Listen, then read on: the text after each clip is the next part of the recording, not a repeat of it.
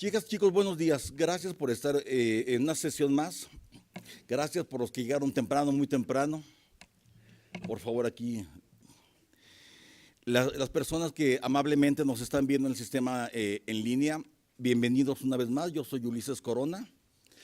Estamos grabando desde la sede principal de la Cámara de Diputados del Honorable Congreso de la Unión en la Ciudad de México, el recinto legislativo de San Lázaro, uno de sus auditorios más emblemáticos, el famoso Auditorio Sur.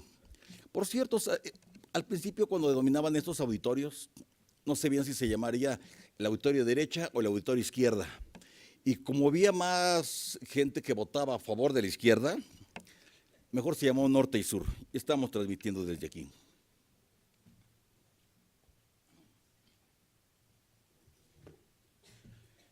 Hoy vamos a hablar de los derechos políticos. Tengo una presentación para ustedes, en un momento la empezaremos a ver. Pero antes quisiera reflexionar al respecto de... Muchas gracias por quienes a las 1 o 2 de la mañana estaban imprimiendo en Hiperlumen su tarea. ¿Ya llegaron? Gracias a los que le hicieron favor de mandar su tarea para que se las imprimieran a las 1:30, 2 de la mañana. Me estaban hablando por teléfono para preguntarme el formato.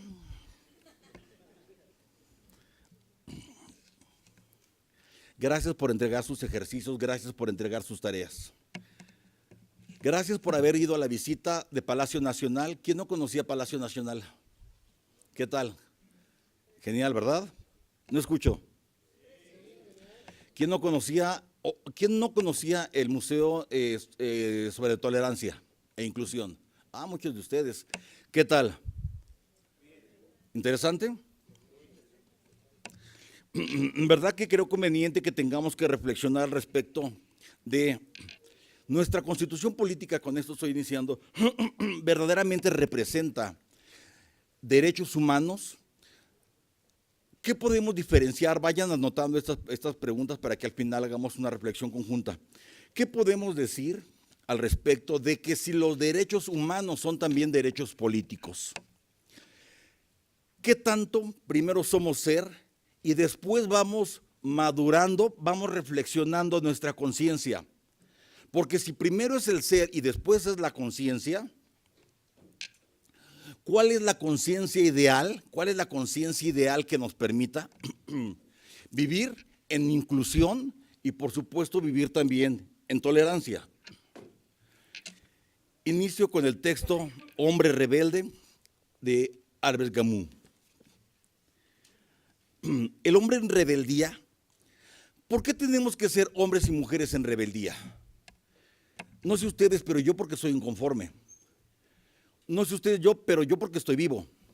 No sé ustedes, pero yo creo que todavía tenemos grandes niveles de impunidad, grandes niveles de injusticia, que si bien es cierto, la Constitución Política de los Estados Unidos Mexicanos subraya, supone como ya atendidos. Yo salgo a la calle y me encuentro con serios problemas de desigualdad social. Por eso la rebeldía no acaba. Por eso la rebeldía renace. Y es que el hombre en rebeldía no preserva nada, puesto que lo que tiene encima y todo lo pone en juego. Exige sin duda al respecto a sí mismo. Es decir, nos debemos de exigir todos los días, pero en la medida en que se identifica con una comunidad natural. Tenemos que tener una ascendencia para ser rebeldes. Tenemos que recordar de dónde venimos para ser rebeldes, porque en la rebeldía el hombre se supera en otro, y desde este punto de vista la solidaridad humana es metafísica. Simplemente, de momento, solo se trata de una especie de solidaridad y que se va multiplicando y solidificando con cadenas. Por eso el día de ayer que abrieron el departamento de su compañera Claudia Roja, me dio mucho gusto que muchos de ustedes se solidarizaran con ella. Y miren qué interesante, el mexicano por naturaleza es solidario. Basta recordar los ejemplos del terremoto del 85 para darnos cuenta cómo unos a otros se ayudaban a ver, pásame la piedra, mira, está un brazo, mira, está una pierna. Vamos a completar todo el cuerpo, lo digo irónicamente. El mexicano es solidario, pero también el mexicano es gregario. Pero también el mexicano es intolerante. Basta ver uno de los cruces de la esquina de la Ciudad de México, en donde el que pasa primero, lo digo con todo respeto, es el más chingón. Por eso cuando en los estadios gritan el puto, no solamente es una actitud de minimizar al contrincante, característico del mexicano. No solamente es una actitud de sobajarlo y someterlo, característica del mexicano. También tiene que ver, ojo, con una actitud de miedo ante la vida. Porque entonces eres menos hombre, funcionalmente hablando, sexualmente hablando, en una mala definición del homosexualismo, pero que tiene que ver con una cuestión de cultura. La semana pasada que les dejaba yo a ustedes el ejercicio de formación política y cultura política, formación cívica y cultura política, preciso, formación cívica y cultura política, y que ustedes sí hacen y entregan en tiempo y en forma, y los amigos que nos ven lejos no lo hacen y no lo entregan y no. Al final de cuentas, la conclusión es que tenemos un serio problema de educación en nuestro país. Un serio problema de educación. Y ante un problema de educación, la respuesta, la solución es educación. Pero una característica del hombre rebelde es que el análisis de la rebeldía conduce al menos a la sospecha muy lejana y tal vez cierta de que la educación no puede ir acompañada sin la rebeldía. Es decir, una característica del hombre rebelde es la educación, porque entonces nos convertiríamos en contestatarios, porque entonces nos convertiríamos en francotiradores. Y me parece que ni el contestatario, el que dice no, el famoso señor no, que dice a todo no, ni el francotirador que avienta el tiro y se esconde, porque el rebelde da la cara, porque el rebelde, además de que cumple con la difícil tarea, con la muy difícil tarea de levantar la mano y decir no estoy de acuerdo, la mujer rebelde, el hombre rebelde, vamos, se rebela, pero tiene bajo sí el escudo de la educación. Porque la educación nos hace sensatos, porque la educación nos hace racionables. Pregunto a la clase, ¿la educación modela tu carácter? Es decir, si eres muy broncudo, si eres muy peleonero, ¿la educación forma, modela tu carácter? Mientras más educados somos, ojo, una persona educada no es aquel que se sabe más libros de memoria, jugó más memoria y hizo más juegos de lotería, etcétera, y su mamá tomó más ácido fólico. Inteligente es una persona que se adapta a su contexto y en este contexto lo transforma y se convierte en un hombre rebelde y se convierte en una mujer rebelde. No es una cuestión de valor. El movimiento del rebelde no lo lleva más lejos que lo lleve a su valor, sino que lo mueve la injusticia. La gente que está hoy en la mañana, ayer en la noche, golpeada en Venezuela, no es que sean más o menos valientes los que salieron a la calle. Los mueve la injusticia. Por eso en México tenemos que ser muy rebeldes, ojo, no contestatarios, no francotiradores y menos guerrilleros. Porque Karl Marx decía, yo prefiero a 6 educandos bien formados que a 25 guerrilleros bien armados. Porque la educación transforma, porque la educación motiva, porque la educación envuelve, porque la educación te crece. Y lejos de que no queramos que avance la ignorancia, necesitamos que avance el conocimiento, y el conocimiento es a partir de la educación. Y un pueblo más educado, curiosamente, es un pueblo más rebelde. El valor lo dejamos de lado, dice Albert Camus. El valor lo dejamos al lado. El valor lo dejamos incluso para soñar en otro paso más eterno, en otro paso más acabado. Porque también Se envidia lo que no se tiene, se envidia lo que no se ve. Cuando hablaba yo de que solamente los ciegos no conocen el concepto de envidia, me refería a que se envidia lo que no se ve. El hombre en rebeldía defiende lo que cree. Porque entonces, lejos de defender algo que vemos, tenemos que defender algo que creemos. Yo creo vehementemente, sí, por supuesto, en Dios. Todos los días leo la Biblia, hoy lo hice. Pero también creo vehementemente en la justicia y creo también vehementemente en la igualdad, en la equidad. Pero entonces no debo de ser rebelde, insensato. Rebeldía no es realista. Perdón, rebeldía no irrealista. Una rebeldía realista en su principio se limita a rechazar la humillación sin impedir la de los otros.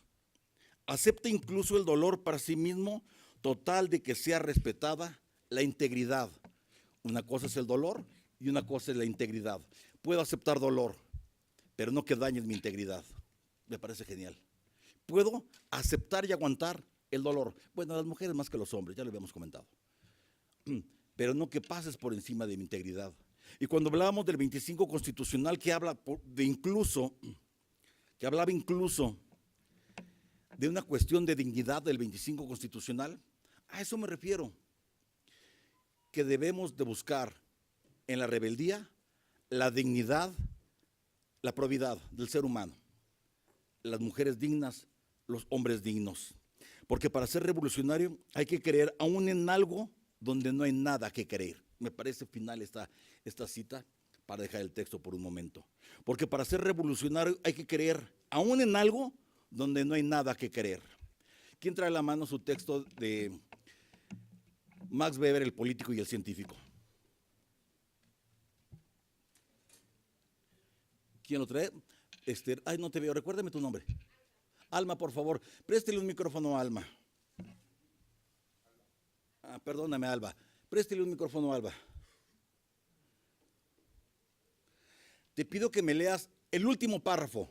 Palabras más, palabras menos, dice, porque solo quien está dispuesto, el último párrafo del texto de Max Weber, se lo diría yo, pero a lo mejor me equivoco en alguna coma. El último párrafo con el que cierra la parte del político.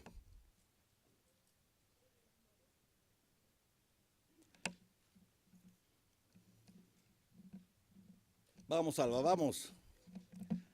Que estás en horario estelar.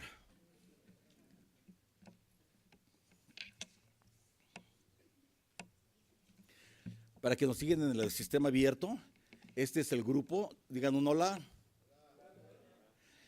Nos están viendo en Tijuana, en Michoacán, en Baja California, nos están viendo en Oaxaca, en Tepic, en Barbados, en Beirut. No es cierto, en Beirut no. Tampoco en Barbados. ¿Listo? Ajá, pero tienes un micrófono que te presten.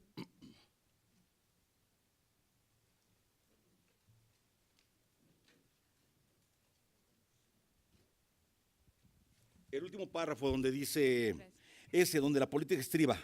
La política estriba en una prolongada y ardua lucha contra tenaces resistencias para vencer. Escuchen esto, queridos alumnos, alumnas. La política estriba en una prolongada y ardua lucha contra tenaces resistencias a vencer. Adelante. Lo que requiere simultáneamente de pasión y mesura. Pasión y mesura, característica fundamental si quieren ser políticos. Pasión, ¿por qué la pasión? Pregunto a la clase. ¿Por qué tienes que ser apasionado? Por favor.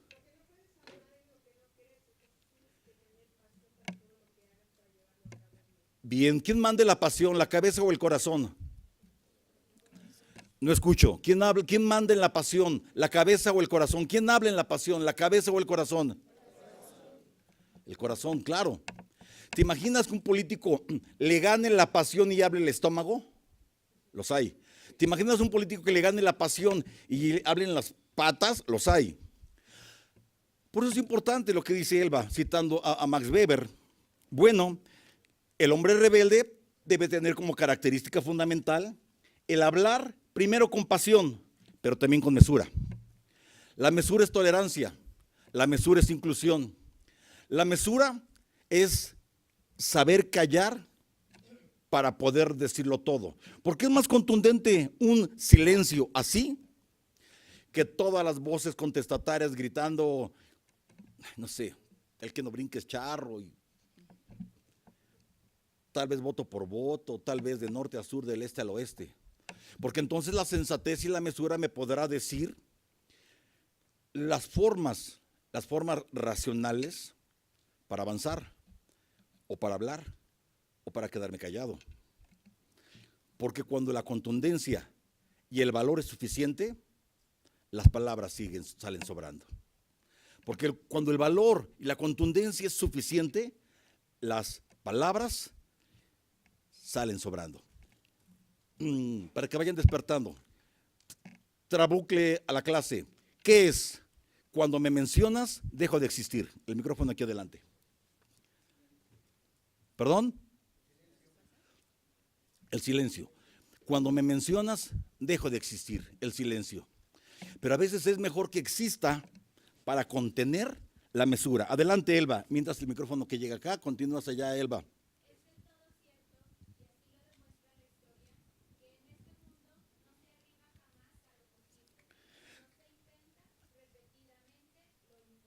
Si no se intenta repetidamente lo imposible, yo agregaría más. Una y otra y otra y otra vez. No podemos alcanzar nunca lo posible, no podemos alcanzar la justicia si no luchamos por la injusticia una y otra y otra y otra y otra vez. Adelante.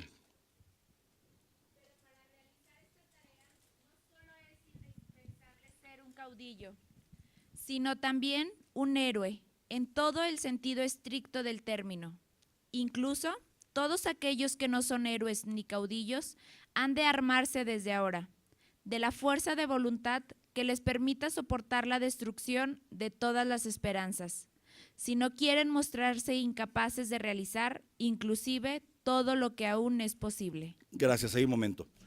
Para quienes nos siguen en línea, estamos leyendo El político y el científico. Fue una de las lecturas que les dejé a sus compañeros desde la semana pasada.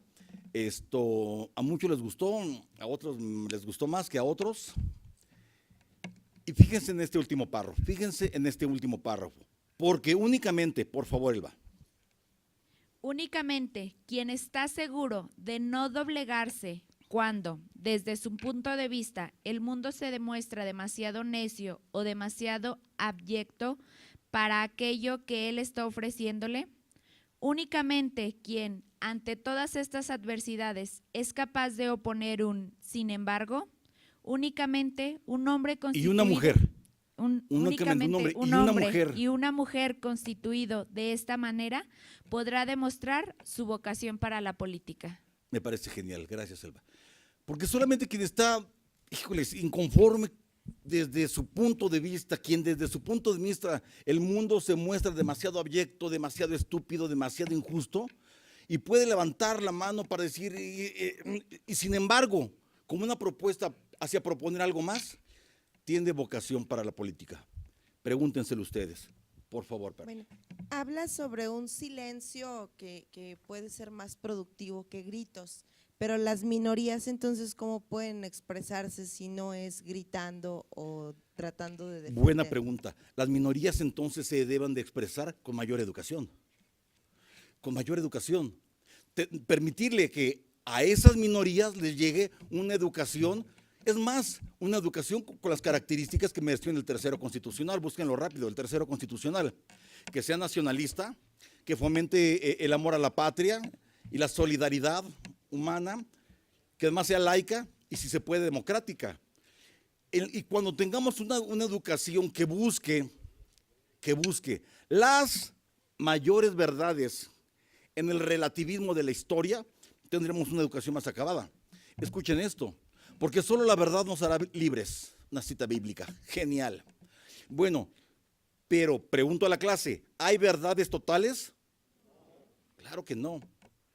Es el relativismo de la historia el que nos va moldeando en uno o en otro sentido para permitir esa inconformidad, esa rebeldía. Voy a poner un ejemplo.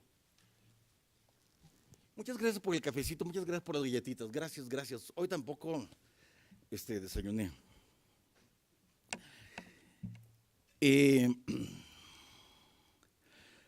Pregunto a la clase, ¿todos queremos cambiar el mundo? ¿Tenemos algo de soñadores? No escucho.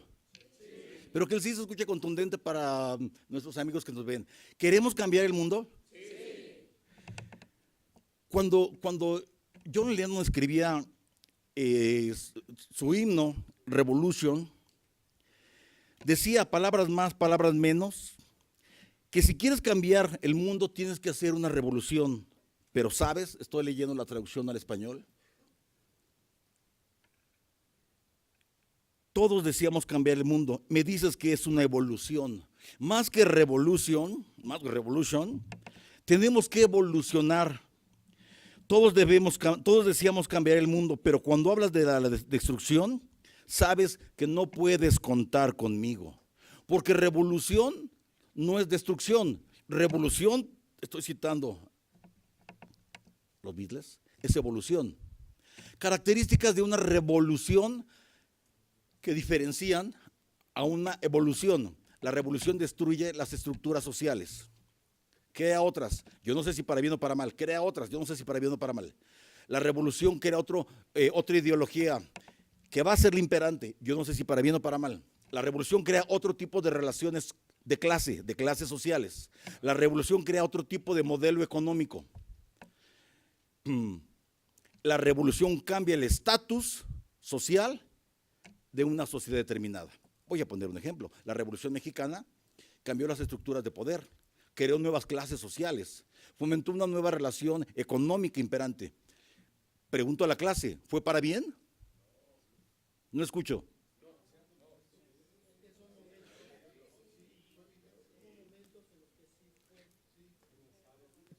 Bien, me gusta esa respuesta. Hubo momentos en los que sí fue, porque una revolución de tipo social abarcó y creó grandes instituciones de base social, por ejemplo la UNAM, por ejemplo Banorte, por ejemplo Bansefi, la branca obrera, la branca campesina, creó el Infonavit, ¿cuántas instituciones no fueron creadas a la lustre de la revolución?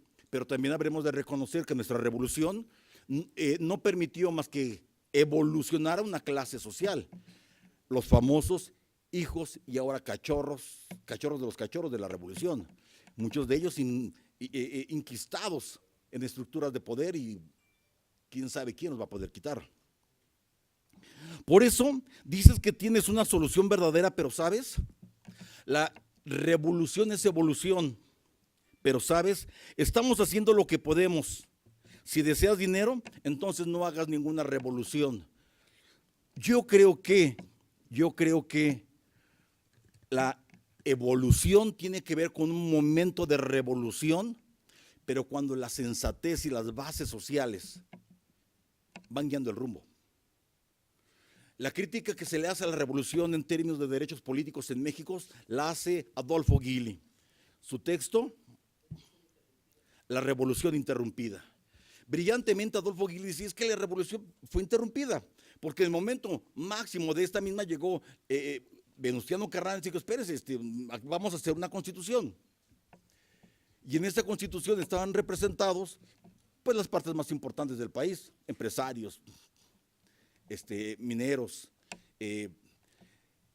y someramente alcanzaron a incluir temas importantes como educación en el tercero, el municipio en el 115, el trabajo en el 123, y ha ido evolucionando, conforme ha ido evolucionando, sí, la estructura social mexicana, nacionalismo que solamente lo encontramos en algunos museos, pero no la justicia social. Sigue siendo una lucha, sigue siendo una bandera de la evolución del sistema político mexicano. Por cierto, para nuestros amigos que nos ven, les pedí a nuestros alumnos que fueran a visitar el Museo de las Constituciones que está en Palacio Nacional. Les encantó, ¿verdad? Sí. El Museo sobre la Tolerancia, Inclusión y Tolerancia, que también fue interesantísimo. Y les dejaré un último museo, solamente porque creo que les está gustando. Un museo que solamente hay en nuestro país. He tenido la oportunidad de visitar algunos otros lugares, países, Y en México es de los pocos países que tenemos un museo a nuestras derrotas. Porque ¿quién escribe la historia? Los vencedores. Y en México está el Museo de las Intervenciones, en el fuerte de Churubusco, Metro General Anaya. Metro General Anaya. El Museo de las Intervenciones. Ahí el reto es, ahí está prohibido tomarse fotografías. El reto es que se tomen la foto adentro del museo, en la imagen en donde está la bandera de los Estados Unidos de Norteamérica, ondeando en Palacio Nacional. Quienes no lo creían, quienes no lo podían creer, la máxima parte del nacionalismo es ver la bandera de los Estados Unidos de Norteamérica ondeando en Palacio Nacional.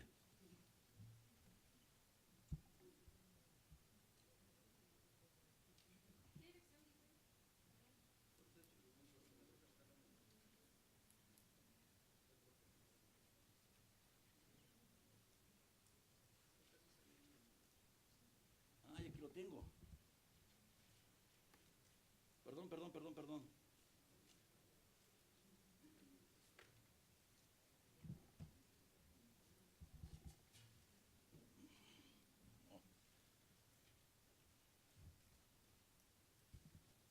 Es el museo en donde cuando llegaron los de Estados Unidos le dijeron en dónde estaba el parque, se supone que contestó, si tuviera parque no estaría esto aquí. Sí, así es.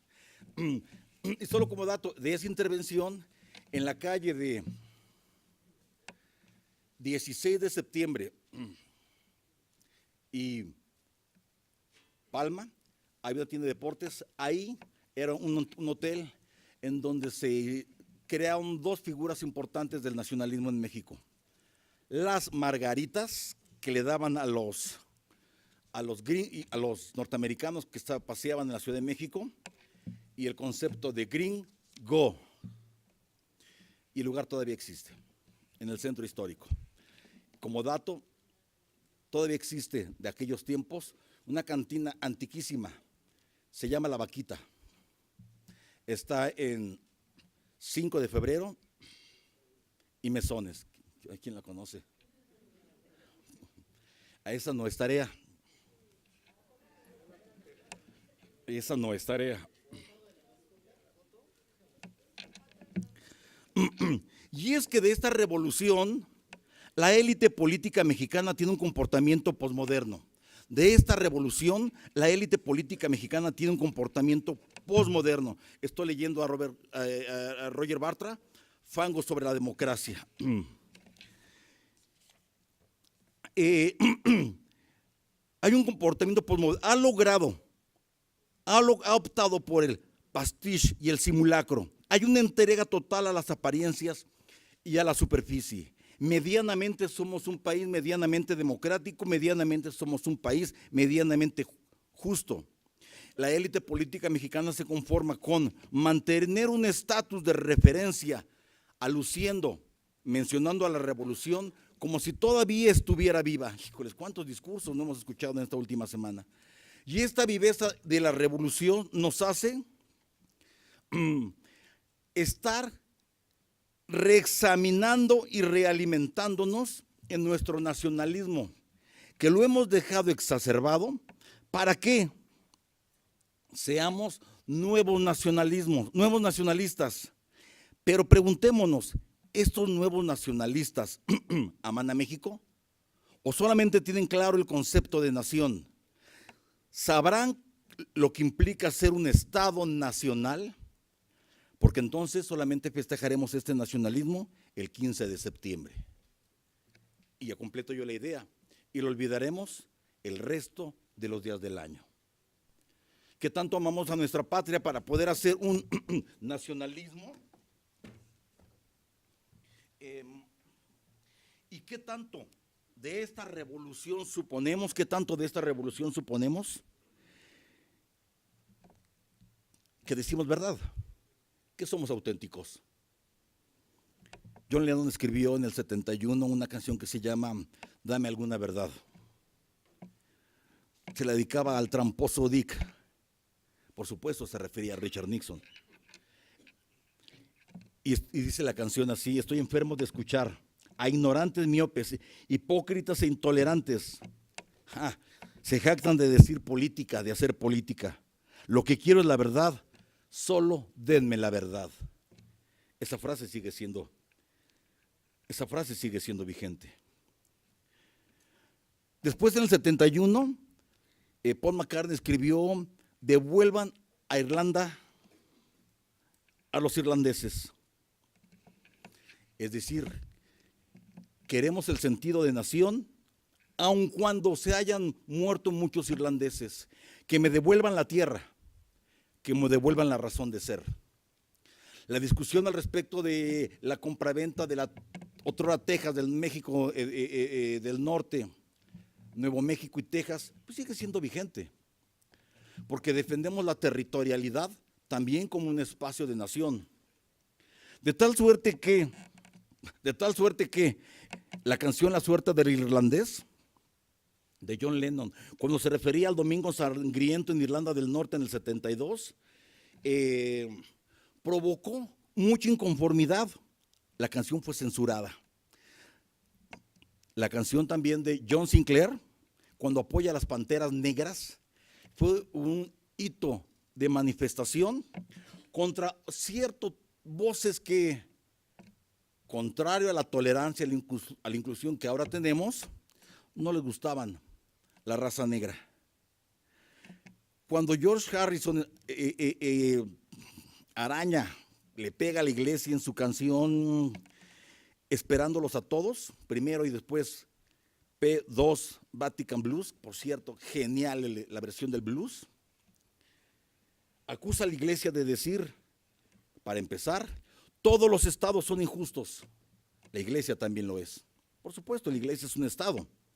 Y en ese estado la iglesia manifiesta el estado de injusticia para con los hombres.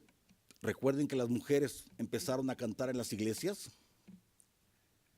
de manera reciente, 6, 8 años, porque no se les permitía ni siquiera cantar en las iglesias.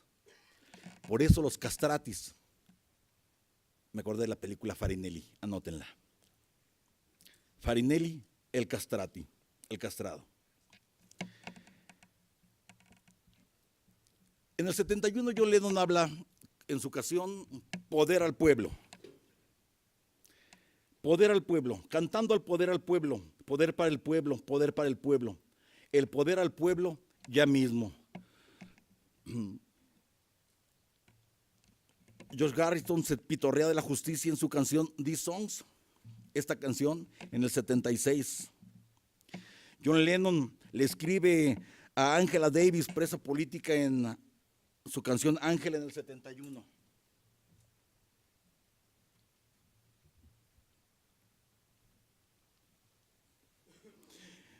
John Lennon y Yoko Ono,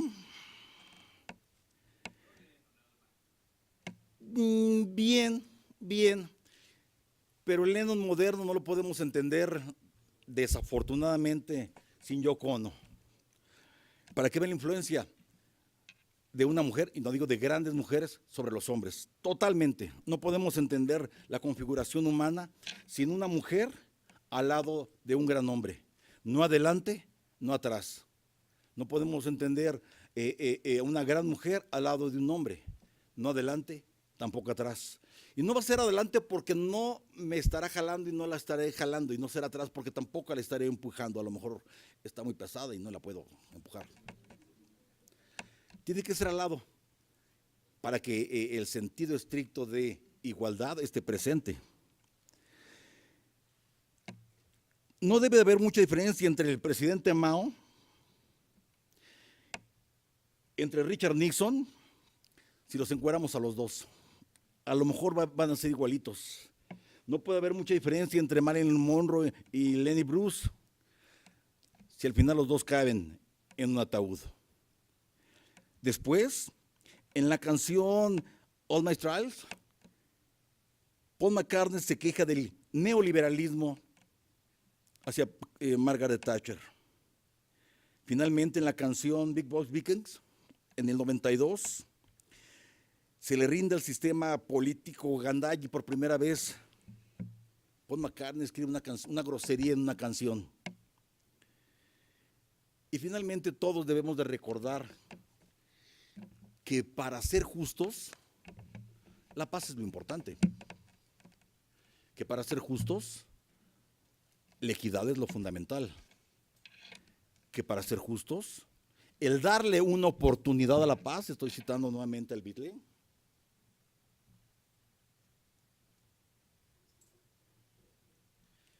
tiene que ver con tolerancia e imaginar que podemos tener culturas más tolerantes y los derechos políticos sin tolerancia solamente no funcionan. El texto, la intolerancia de la Academia Universal de las Culturas.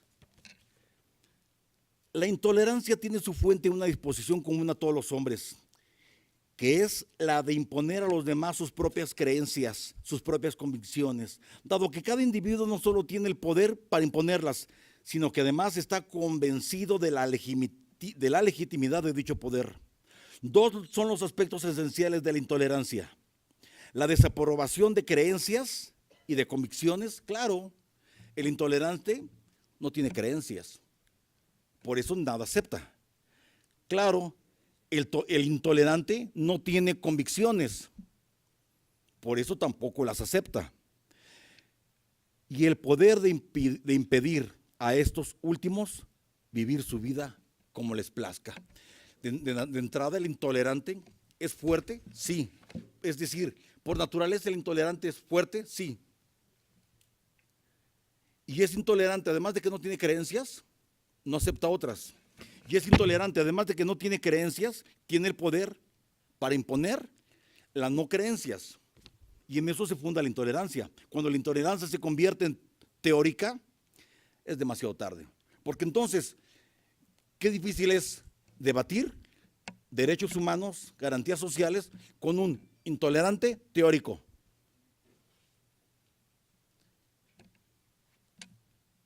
Porque entonces él cree que su verdad es absoluta y yo no creo en ello. Finalmente, ese texto, la intolerancia más peligrosa es siempre la que nace de impulsos elementales al margen de toda doctrina. Y ahí radica la dificultad para aislarla y refundarla con argumentos racionales. El analista político, la analista político que quiera cuestionar derechos humanos, tiene que tomar la tolerancia en un multiculturalismo, es decir, convencerse primero para sí mismo de que el ser tolerante debe de ser con una gran diversidad de formas de pensar, de formas de actuar, no solamente con unos, no solamente con otros. El principio de unidad, igualdad, universalidad del espacio público es el arma del tolerante para poder ser aceptado en todos y para que el político sea aceptado por todos. Vamos, el político tiene que partir del principio de unidad, igualdad, universalidad del espacio público. Por cierto, son los principios rectores que vienen en el artículo 2 constitucional, el segundo párrafo. Por lo que si la pregunta es, ¿tenemos una constitución tolerante? La respuesta es sí. Pero si me preguntan, ¿tenemos una sociedad tolerante? La respuesta es no. Porque hay muchos necios, habemos muchos necios que creemos que nuestra verdad es absoluta. Y ni todos esos textos, ni los muchos más que tienen, que tienen en su casa de la Ciudad de México o en su bibliotequita se llama la Mini Vasconcelos, la de Cuernavaca. Y se llama la Mini Vasconcelos porque esa también se inundó. Porque tiene una ballena. No, porque también se inundó. Nos dan el conocimiento suficiente para entender a la política. Pero entonces ya tenemos un gran eslabón bien solidificado. Tenemos un primer gran escalón, que el político de entrada es tolerante, que el político es revolucionario, que el político es inconformista. ¿Cómo dijo que se llamaba el libro? La intolerancia. De la Academia Universal de las Culturas.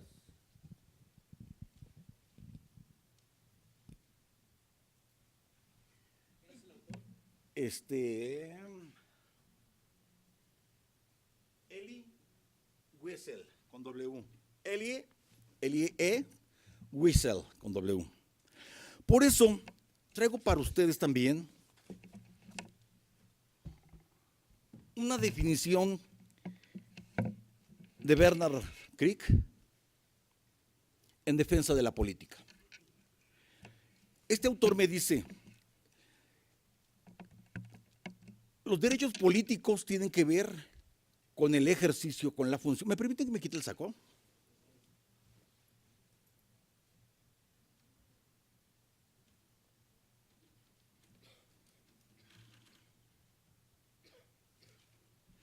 Tienen que ver con el que seamos gustosos de la política. Y el gusto por la política supone derechos políticos, derechos a votar, derecho a ser votado y derecho a una asociación política.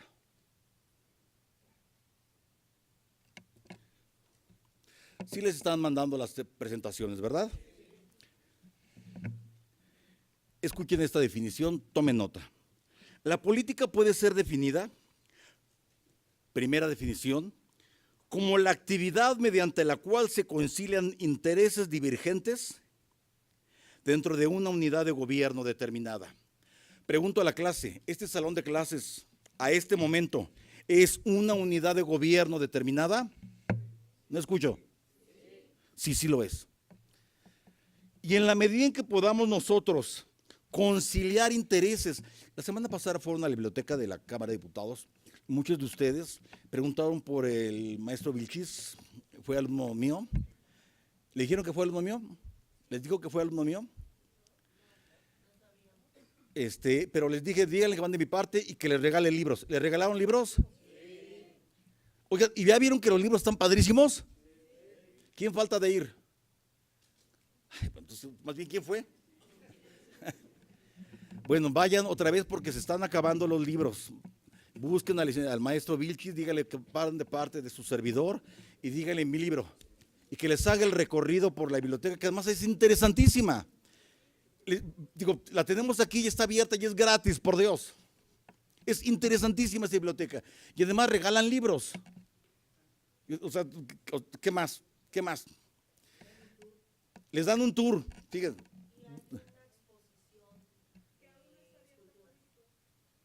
Que aún no está abierta al público y ustedes la vieron.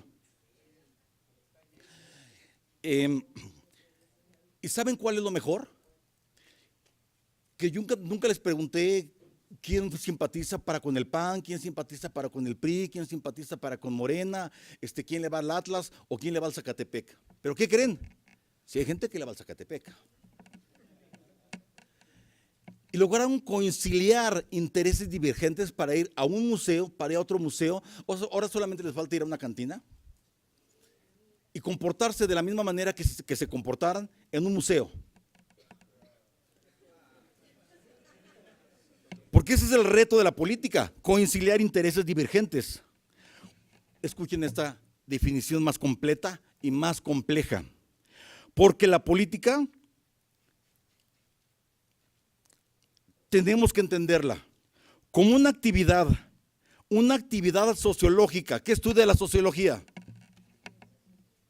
No escucho, ¿qué estudia la sociología? Bien, como una actividad sociológica, pero que además tiene la función antropológica. ¿Qué estudia la antropología?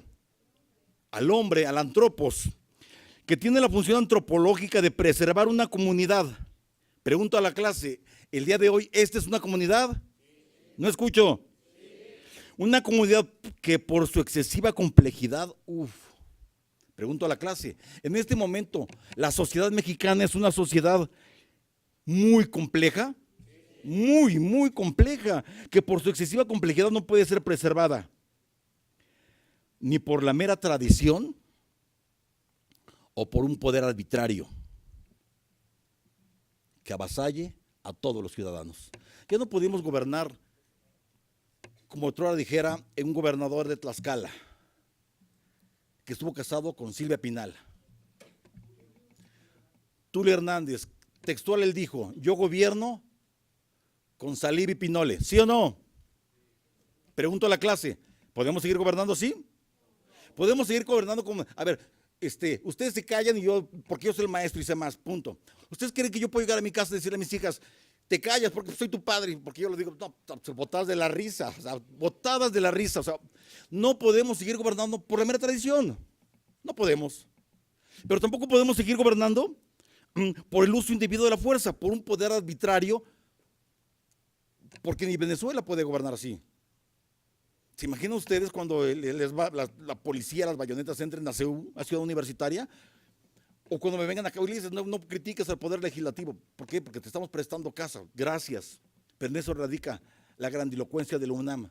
Porque no podemos seguir gobernados ni por la mera tradición, ni tampoco por un poder arbitrario, que solamente por ese excesivo de poder intolerante nos quiera gobernar. Esa es la política. Una actividad sociológica que tiene una función antropológica de preservar una comunidad que por su excesiva complejidad no puede ser preservada por una mera tradición. Esa es la política. La política es la actividad entonces que hace posible, me estoy brincando algunas páginas, la gobernación pacífica. El hecho que ustedes y yo no nos agarremos a trancazos, el hecho de que los diputados no se agarran a trancazos, el hecho de que los mexicanos, las más de las veces, no nos agarremos a trancazos, no es otra cosa más que la gobernación pacífica en donde la política tiene resultados. Cuando la política tiene resultados. ¿A qué me refiero con resultados?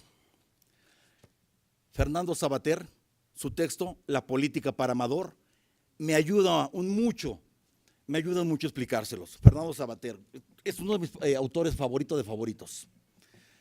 Tengo algunas cosas de Fernando Savater, y hay un libro que me gusta mucho, este texto que voy a comentar de Fernando Savater es mi favorito de favoritos de favoritos. Lo tengo entre mis 10 libros más leídos porque lo leo por lo menos una vez al año. El Evangelio de...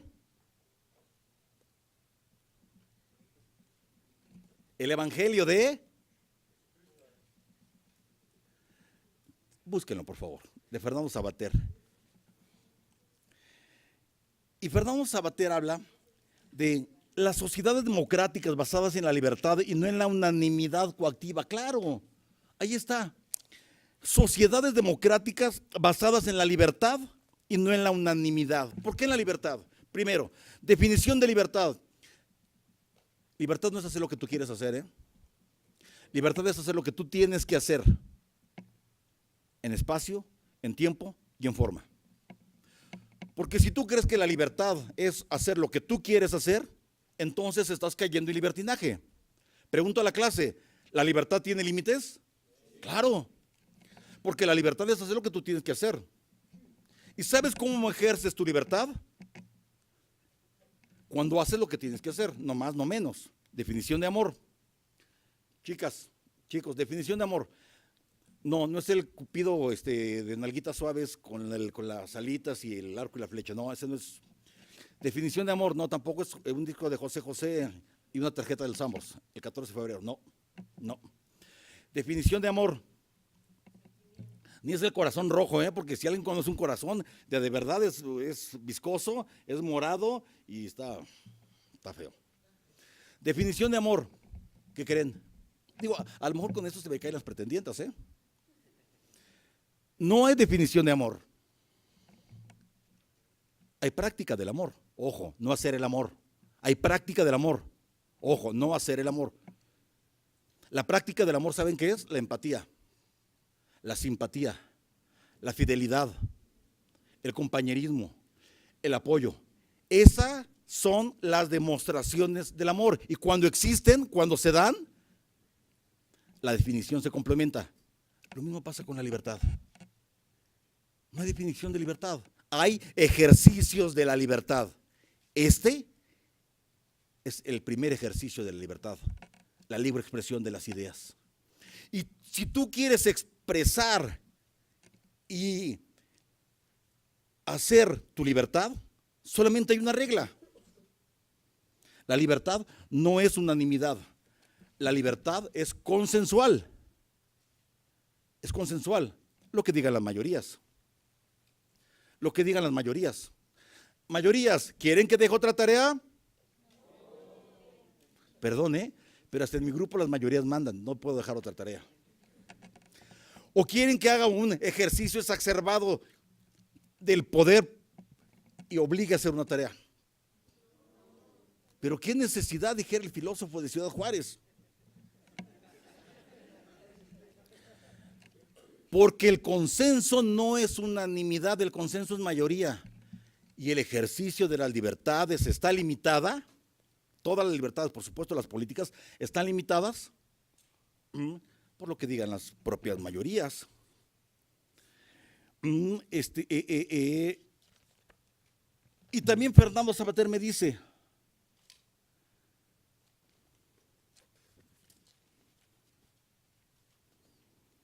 porque la política, este es su particular punto de vista, no es más que el conjunto de las razones para obedecer, pero también las razones para sublevarse.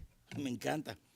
Porque dice Fernando Sabater, porque la política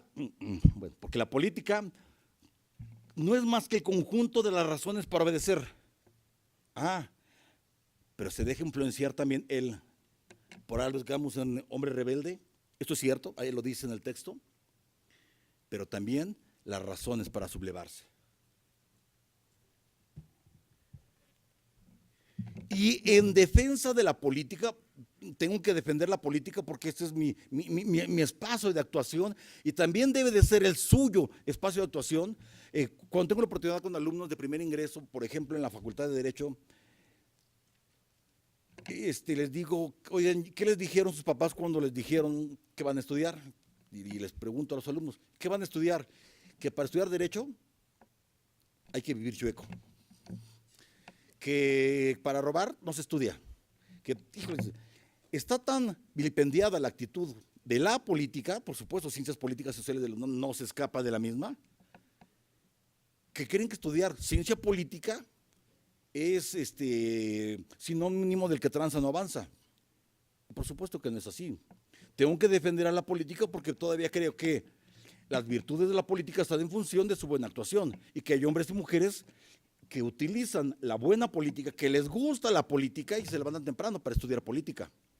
Y vienen desde Michoacán, desde Tiripetío, a estudiar la política. Y desde Santa Fe, y desde Xochimilco, y desde Pachuca. ¿Quién viene desde Pachuca? No vino. Esto último lo pueden editar. Para estudiar la política. Y déjenme plantearles el problema de lo denostado de la política. El texto, Estado modesto, Estado moderno, estrategia para el cambio. El autor es Michel Crozier, del que hablamos en la sesión pasada cuando comentábamos al respecto de la trilateral.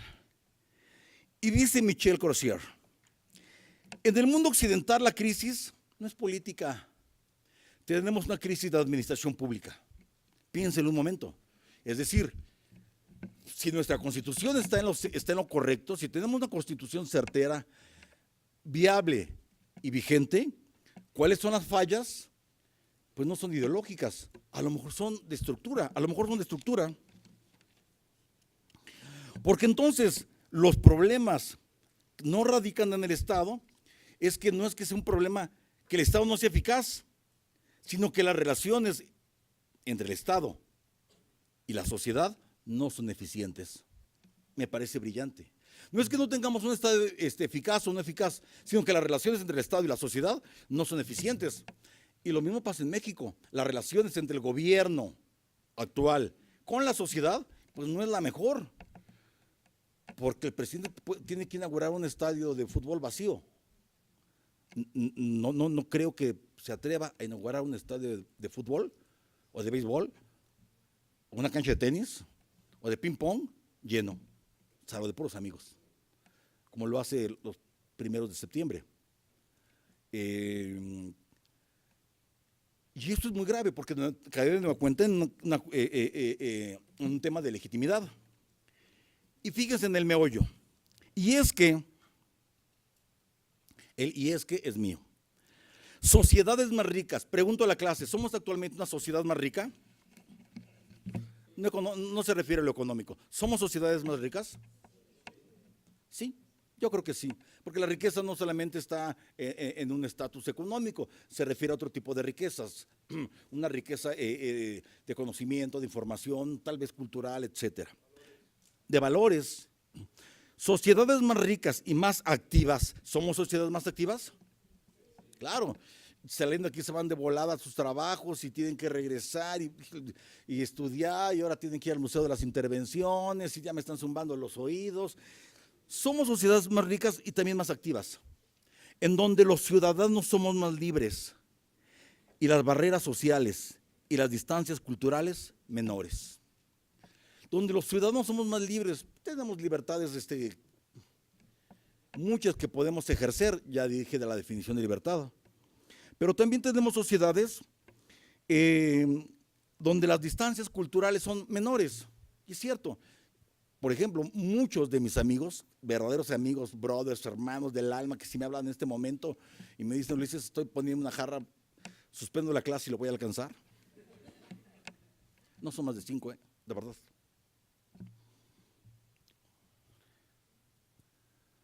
¿Sí? 5, 6. 6 son mis amigos de toda la vida. Y son amigos de hace 40 años. Bien fuerte, tengo el gusto de conocer a muchos. Y ojalá que me permitan al término de este módulo tener 7, 8, 9, 10 y ya de perdida una novia.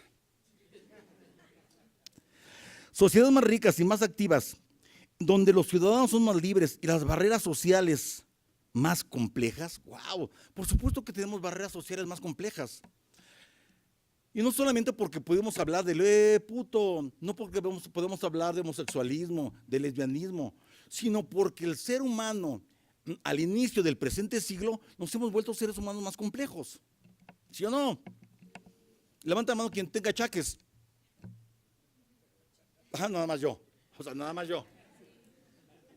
Ahora resulta que nada más yo. A mí no me gusta la leche con nata. No me gusta la leche con nata. Den una leche con nata y no me gusta que me sirvas un vaso a la mitad de agua, de lo que sea, de refresco. O dame un vaso más chiquito, sí, o ponme más. Qué complejos somos. Pero también ustedes son muy complejos. ¿Sí o no? Y tienen a lo mejor hasta más complejidades versus debilidades, ni siquiera funcionales. Es más, ni siquiera hormonales, psicológicas que muchos. Porque sociedades más ricas y más activas, en donde los ciudadanos son más libres y las barreras sociales y las distancias culturales menores, son por sociedades más complejas, cuyo tejido social es, por consiguiente, más difícil de administrar. Más difícil de administrar. Porque cuando querían agua y les dimos agua, ahora quieren agua potable. Porque pedían escuela y les dimos escuela y ahora quieren educación de calidad. Porque pedían chamba y les dimos chamba, ahora quieren trabajo digno. Porque ahora en los diplomados, ¿qué creen que quieren? Académicos de excelencia. Y además quieren sacar 10. Y además no quieren saltar, no es cierto. No, porque somos sociedades más complejas, cuyo tejido social es más difícil de administrar. Ojo. Yo no dije, cuyo tejido social por consiguiente es más difícil de gobernar. Yo dije de administrar. Porque la medida en que no podamos tapar socavones como el de Querétaro, como el de Cuernavaca, en la medida que no podamos tapar inundaciones como las muchas que hay en la Ciudad de México, tapar hoyos o, no sé, prever asaltos, no es una cuestión de gobierno, es una cuestión de administración pública, local, estatal y federal. Por eso, Michel Crozier dice, vamos, ¿cuáles son las razones de esta crisis a la que se le culpa la política y por la cual la política está denostada? Más necesidades y demandas de intervención del Estado por medio del gobierno y más dificultades para intervenir. Es decir, me pides que intervenga más, pero me pones más peros. Porque si te digo, por aquí me pasa una carretera, porque por aquí. ¿Por qué voy a poner una cancha? Pero porque la vas a poner aquí. Es decir, somos una sociedad exigente, muy demandante, pero también compleja de intervención. Más necesidades y demandas de intervención y más dificultades para intervenir. Y la culpa de todo la tiene la política. Un tejido social más complejo exige mayor atención. Señores, ustedes son un tejido social muy complejo.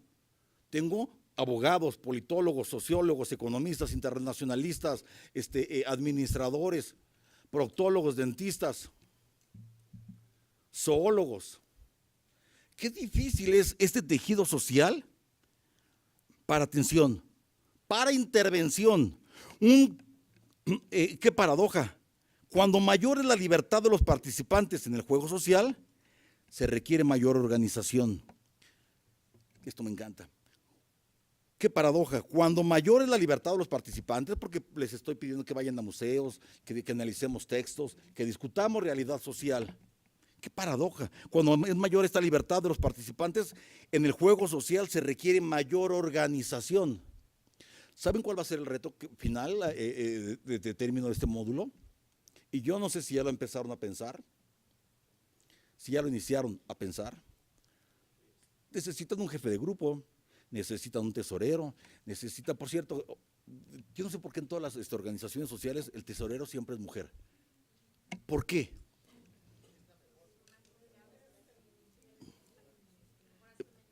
¿Es verdad?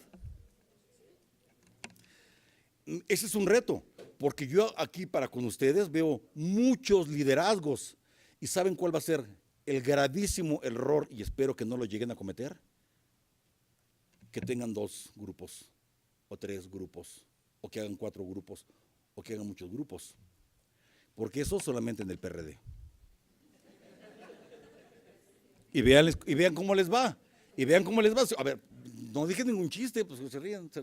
Qué raro grupo se ríe cuando no digo chistes. Entonces necesitan este tejido social, pero más, vamos, no me hagan caso a mí. Yo creo que Michel Crozier, que fue primer ministro de François Mitterrand, tiene algo de razón.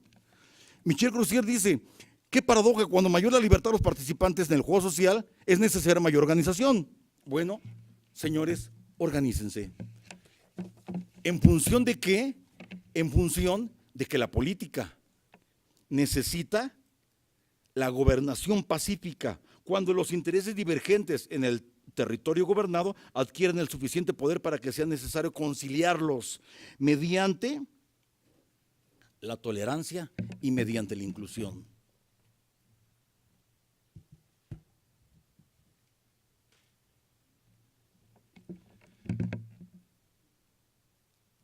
Pero también tenemos un problema de estructuras. También tenemos un problema de instituciones. Y miren lo que tengo para ustedes. Me encanta este tipo de cosas. ¿Por qué? Porque me dicen que tengo razón. El texto es de Jeffrey Daddyboff. Si recuerdan, él fue el embajador de Estados Unidos en México en tiempos de Vicente Fox. Pregunto a la clase, ¿ustedes creen que un embajador de Estados Unidos en México sea una persona letrada, informada al respecto de México? Muy letrado y muy informado al respecto de México. El embajador del país vecino más importante de los Estados Unidos, por supuesto que no debe y no puede ser cualquier persona. Y Jeffrey Daddyboff escribió un libro que se llama El oso y el puercoespín. Testimonio de un embajador de Estados Unidos en México. Y dice Jeffrey Daddyboff, y es que es mío, y es que con frecuencia tampoco México es el más atractivo de los vecinos. Uf. ¿Quién vive en apartamento? ¿Quién vive en casa propia? ¿Han tenido problemas con sus vecinos? Pero más es normal, porque los mexicanos ya los describimos. Su hipersensibilidad hacia el oso del norte dice Jeffrey Dadibov. Con frecuencia tampoco México es el más atractivo de los vecinos. Su hipersensibilidad hacia el oso del norte. Pregunto a la clase, ¿los mexicanos somos hipersensibles? Claro. Claro. Si tu novia o tu esposa ahorita en la mañana te dijo, oye, qué guapa te ves. ¿Qué pasa? Si tú por favor no te dijo, oye, felicidades, me gustó mucho tu trabajo. ¿Qué pasa? ¿Por qué no? Si tu pareja o tu pretendienta o quien le coqueteas no te dice, oye, qué bonita tu corbata, aunque no le gustó la corbata y me puse la más llamativa que traigo. Si tus alumnos no te dicen, oiga, puta, qué chido, qué clase tan más súper todísima dar, que no les gustó, yo tanto que me maté aquí. Porque somos hipersensibles, ¿sí o no? Porque somos sensibles. Vamos, por naturaleza el mexicano es muy sensible. Bueno, sensible e intolerante. ¿Cómo? Dice mi mamá, a ver, Ulises, feo y trompudo, aunque sea sonríe. Aunque sea trae un buen carro, trae un Audi A4. A ver si por el carro se suben contigo y a ver si ya sales de... Porque no solamente basta ser intolerante, tampoco es bueno ser hipersensible.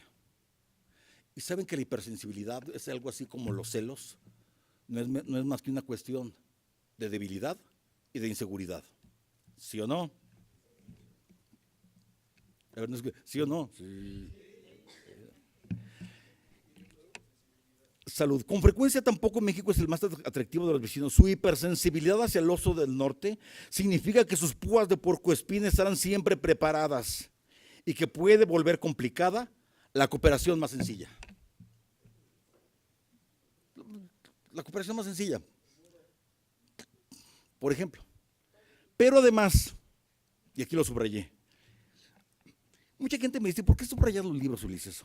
No sé, una mala costumbre que los subrayo y les pongo flechitas y papelitos y pues bueno, y los subrayo. Y su pobreza y sus débiles instituciones generan o agravan los problemas. Wow. O sea, dice Jeffrey Dadibov, primero que nada, solo los mexicanos no somos el más atractivo a los vecinos porque su hipersensibilidad hacia el oso del norte significa que sus púas de puercoespín siempre van a estar preparadas y puede volver complicada la cooperación más sencilla. Cierto.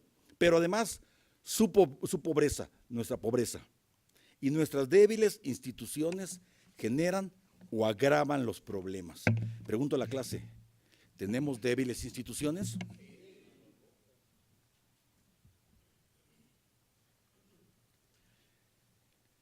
¿Cuánta razón tiene Michel Crozier al hablar de debilidad institucional? Es decir, no es un problema de ideología, es un problema de debilidad institucional. Y de nueva cuenta cito el texto ¿Por qué fracasan los países? Las grandes diferencias en la desigualdad mundial son evidentes para todos, incluso para quienes habitamos en países pobres. ¿Por qué fracasan los países? Los orígenes del poder, la prosperidad y la pobreza. Aunque muchos carezcan de acceso a la televisión y al internet, es la percepción y la realidad de las diferencias lo que empuja a gente a cruzar, por ejemplo, el Río Grande en México. Pero sobre todo, el hecho de que sus instituciones, refiriéndose a México, no los pueden ayudar. Me brinco unos párrafos. Cada sociedad entonces funciona con una serie de reglas políticas y económicas creadas e impuestas por el Estado y los ciudadanos colectivamente las tienen que aceptar, aun cuando las instituciones no les favorezcan.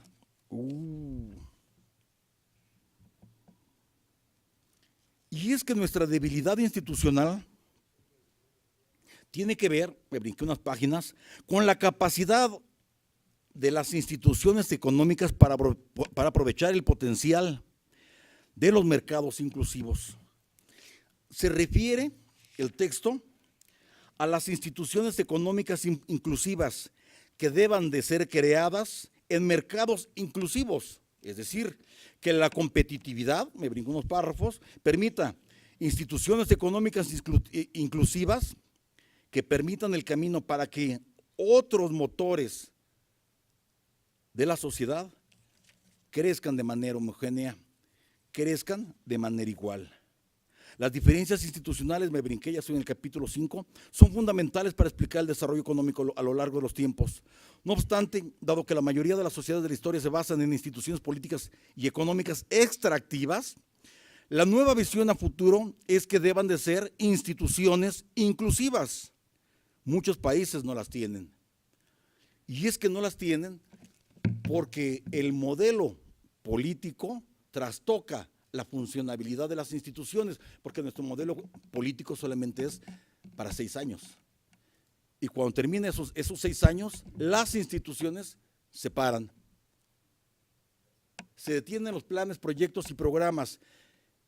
Y no es sino hasta medio año del año siguiente al posterior de la elección, cuando las grandes engranes de las estructuras de la administración pública en México vuelven a funcionar.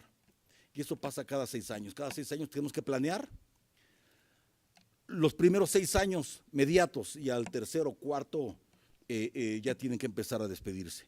En el mejor de los casos, que no haya año de Hidalgo. En el mejor de los casos, que dejen los archivos, las carpetas blancas, los planes, proyectos y programas ya realizados para poder avanzar, pero no siempre es así. El problema entonces, chicos, chicas, es debilidad institucional, me parece, en buena parte, porque no hay administradores públicos de formación, no por el hecho de que tengan que ser necesariamente licenciados en administración pública, sino que entiendan la administración pública desde sus orígenes. El servicio civil de carrera, por ejemplo, es un ejemplo. Por ejemplo, tendría que anotarlo. Para el caso del Congreso de la Unión es contundente el ejemplo. Cada 3 años, los asesores legislativos, en el mejor de los casos, cuando no llegue el chofer o la novia del diputado, a ocupar las plazas más representativas, perdón, sí saben de lo que estoy hablando, ¿verdad? Se tiene que renovar el cuerpo de asesores. Y un asesor que estaba en la Comisión de Ciencia y Tecnología, al siguiente trienio va a estar en la Comisión de Ecología, y al siguiente trienio va a estar en la Comisión de Educación, y al siguiente trienio va a estar. Y nos volvemos en todólogos de la administración pública del Poder Legislativo. Esto es cierto. Pero no obstante ello,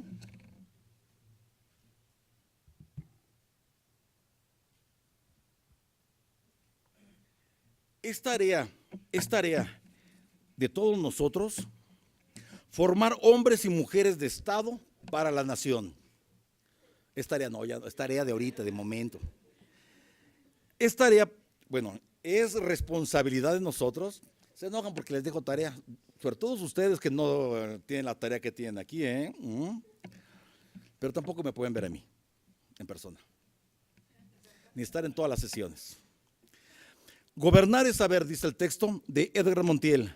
Bueno, formar hombres y mujeres de Estado para la nación. Pregunto a la clase, el hombre de Estado, la mujer de Estado, el hombre de Estado, la mujer de Estado, ¿se hace o nace? Se hace, claro, se hace. Y se hace aquí, y se hace aquí, y se hace aquí, en estos debates, en estas discusiones con ustedes. ¿Por qué es necesario formar hombres y mujeres de Estado que permitan una estrategia, cada uno su propia estrategia? Por consiguiente, el arte de preparar los medios necesarios para reducir o sobrepasar obstáculos de todo tipo que se opongan a un objetivo. Cada uno deberá de nosotros tener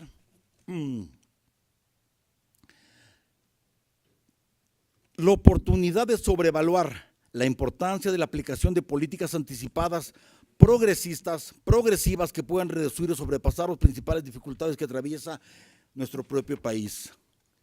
Tenemos que gobernar es saber, porque la democracia como sistema político las más de las veces está llena de ignorantes, de avesados, de improvisados o personas que suponen ya lo saben todo.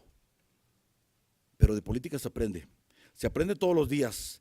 En la esencia, la idea democrática está la soberanía popular. Ahí está el mejor maestro, se refiere a la soberanía popular, como fuente absoluta de legitimidad del poder público. De esa manera, de esa masa ciudadana deberán de salir las nuevas clases dirigentes. El enorme desafío es elevar a esas mayorías a la institucionalidad política y conformar el proyecto nacional. Miren qué interesante. La Asamblea Nacional del PRI programada para el 9 y 10 de agosto se va a llevar a la Ciudad de México, salvo una mesa, la de estatutos, que se la llevan a Campeche, donde es un estado de los pocos que quedan con un buen bastión priista. Va a ser a puerta cerrada y la gente que está pidiendo, exigiendo, consulta la base para la elección de candidato a presidente de la República por parte del PRI, y que está pidiendo, exigiendo no al dedazo por parte del presidente de la República, pues está aquí dibujada. De esa masa ciudadana deberán salir las nuevas clases dirigentes. El enorme desafío es elevar esa mayoría a la institucionalidad política. Entonces, fíjense bien, no solamente al hombre rebelde que comentamos al inicio de la sesión, sino a una ciudadanía cívica que permita conformar el proyecto nacional, la formación de este nuevo proyecto político, la construcción de un nuevo sistema político que los integre y que los represente. Constituye una condición para integrar un Estado nacional estable y futuro. Por eso los políticos deben de saber, porque gobernar es saber para poder formar hombres y mujeres de Estado para la nación. La consolidación de la democracia, la consolidación democrática, estoy terminando, para poder platicar con ustedes.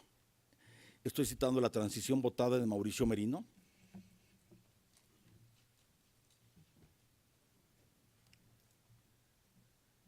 Y poderme yo tomarme mi cafecito con galletitas. La consolidación democrática necesita de la eficacia. Si ustedes no me sirven, next, el que sigue. Si tú no le sirves a tu jefe, si tú no le sirves a tu jefe, si tú no le sirves a tu jefe, si tú no le sirves a tu jefe, a tu jefa, el que sigue. La consolidación democrática necesita de la eficacia, es decir, hombres y mujeres eficaces, de la capacidad de las instituciones políticas para resolver problemas concretos. Necesitamos resolver problemas concretos.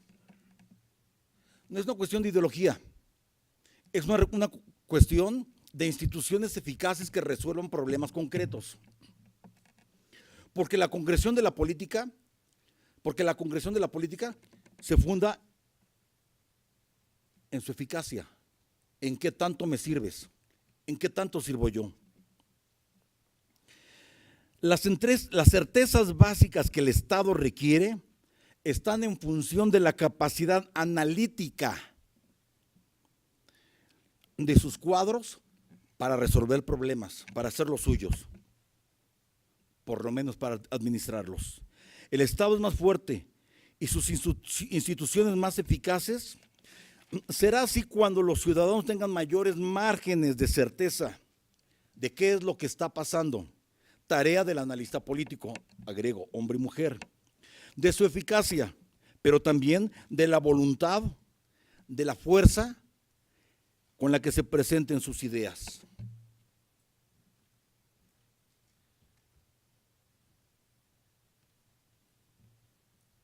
Y yo no lo sé, antes de que entremos a la participación de ustedes. Pero si están aquí es porque les gusta la política, porque han definido y han sabido que ese gusto por la misma no solamente es una cuestión de voto, no solamente de inclusión, sino también de pasión, de cabeza, corazón y de carácter. Termino esta intervención con lo siguiente.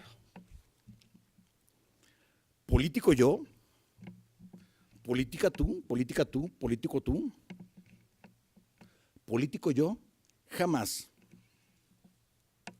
Y voy a decir por qué.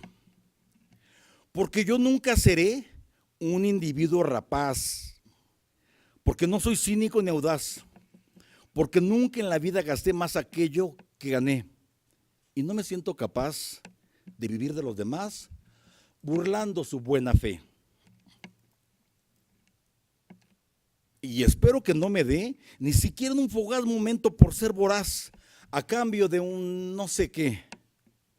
Porque entonces, bueno, pues no sé, podría dar marcha atrás, ser un poco más sagaz, olvidar lo que juré. En fin, rectificaré. Político yo, quizás. De Roberto Gómez Bolaños, ustedes lo conocen como el Chavo del Ocho. Muchas gracias.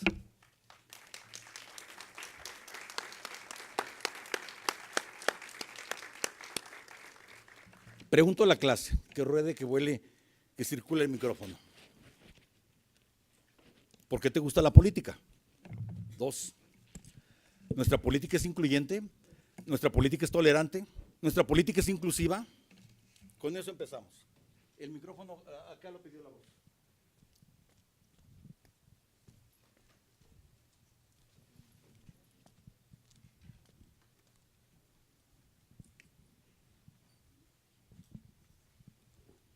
Gracias. Bueno, antes de contestar la pregunta, quisiera retomar un poco a Weber y hablar acerca de las instituciones. Si entendemos las instituciones como las reglas del juego y que tenemos aparentemente, o así se interpreta como debilidad institucional, creo yo que más que ser las instituciones las que están mal, son los actores que juegan con las instituciones o con las reglas del juego, que han debilitado ese marco. ¿Y por qué me gusta este ámbito? Pues para poderle dar a las reglas del juego, que en este caso es la Constitución, darle el lugar que merece dentro del sistema político, para que realmente se fortalezca y se haga ese servicio, esa vocación hacia la gente y no solamente hacia el interés personal. Bien, tiene razón. Tenemos un problema, sí, desde luego de instituciones, pero también de actores en las instituciones. Y habrá que ver qué es lo más grave que acontece, sino debilidad institucional o corrupción en las instituciones. Y digo corrupción en su margen más alto, porque tanto es corrupto el que mata a la vaca como el que le agarra la pata, es decir, tanto es corrupto el que roba y el que cierra los ojos. Ese famoso dejar hacer, dejar pasar, el laissez-passer, también forma parte de esa corrupción.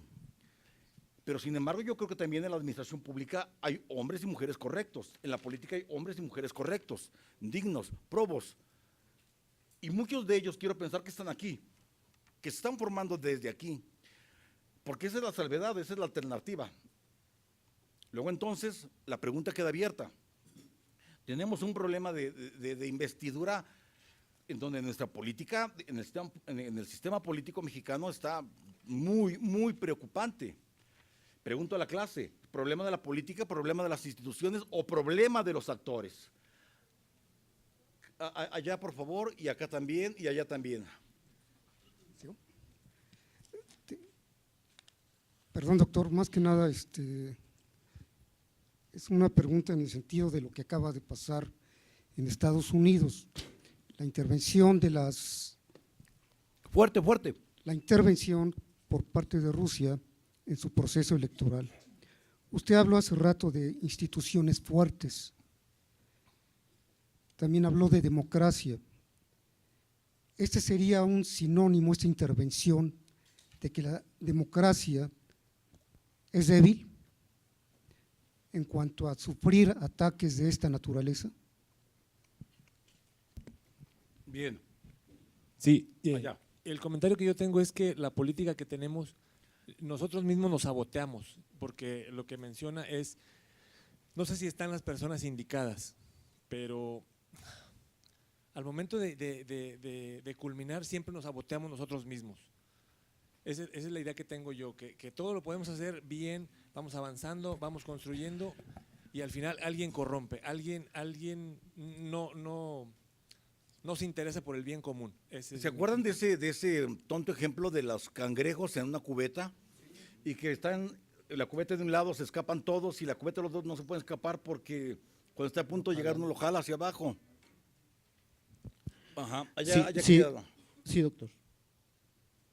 Si se ponen de pie, por favor, para que los pueda ubicar. Gracias, buenos días a todos. Hablando justamente, profesor, de lo que usted comentaba al inicio de la tolerancia que cada uno de nosotros debe de tener hacia las otras personas en cuanto a política, yo creo que lo principal que debe ser es la educación, y justamente por eso todos estamos aquí preparándonos para lograr un cambio, lograr una divergencia en nuestra comunidad, en nuestra colonia, en el lugar donde habitamos. Ahora, finalmente todos tenemos una preparación académica distinta, como bien lo comenta, hay doctores, internacionalistas como su servidor, pero todos tenemos un común, y es prepararnos para cambiar una parte de este país.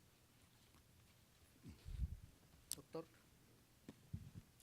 Sí, desgraciadamente tenemos un reto que es el revertir todo eso que se ha manejado como política mexicana Vaya y pasando que el micrófono está allá atrás caracterizada también, por favor. por algo, muchas de las cosas que usted mencionó, ¿no? La corrupción, los intereses personales, el arribismo, el que tranza no avanza. Y eso yo creo que aquí debemos de retomar lo bueno, las buenas prácticas para no caer en esas situaciones. Ese sería el reto. ¿Por qué me gusta la política?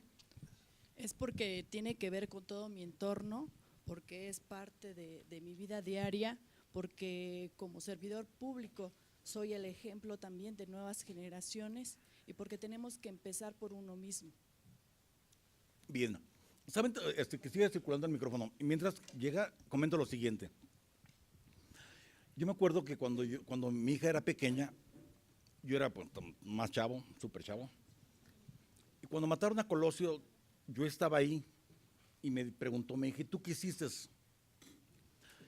¿Qué hiciste para que no lo mataran? Pues, pues no hice nada. Y me quedé con eso en la mente, ¿qué hice yo cuando mataron a Colosio? Si yo estaba ahí, pues bueno, en realidad no pude haber hecho nada, no pude hacer nada. Pero después caí la cuenta de que no hice nada ahí, pero ¿qué hice a partir de ahí? ¿Me siguen? Son dos cosas diferentes. ¿Qué hiciste tú, Luis, para que cuando mataron a Colosio? Puta, pues no hice nada. Todo el mundo corrió y fue la masa, te jaló y demás. Si ven algunas fotografías de aquellos tiempos, yo aparezco muy cercano, ¿no?, a Luis Donaldo Colosio y ahí estoy. Pues no hice nada. Pero ¿qué puedo hacer a partir de ahí? Pregúntense ustedes. ¿Qué puedo hacer a partir de que vi el Museo Tolerancia e Inclusión? Que si les afectó, levanten la mano a quienes haya afectado o que hayan tenido alguna reacción y decir, ching, qué mala onda. Y si ven amigos de la red, el Museo de Tolerancia es impactante. Levanten la mano, síganla teniendo arriba, por favor, a quienes haya impactado. Si te impacta ese museo, pues que te impacte la justicia social, que te impacte la no justicia social. Y cuando vean en el Museo de las Intervenciones, la bandera de Estados Unidos, que sí, ¿saben que otras veces no se ha ondeado la bandera nacional en el Zócalo? Esta única vez y una vez más cuando se ondeó la bandera del Consejo Nacional de Huelga en el 68. Díganme si no es contundente, que la única bandera ondeada en el Zócalo Nacional ha sido la bandera de Estados Unidos. Tan cerca de Estados Unidos y tan lejos de Dios. Entonces, si eso no te motiva, si eso no te cala, si eso no te hace reflexionar, decir, en la madre, caracoles, ¿qué está pasando? O sea, ¿qué está pasando? A ver, ¿qué voy a hacer a partir del gasolinazo?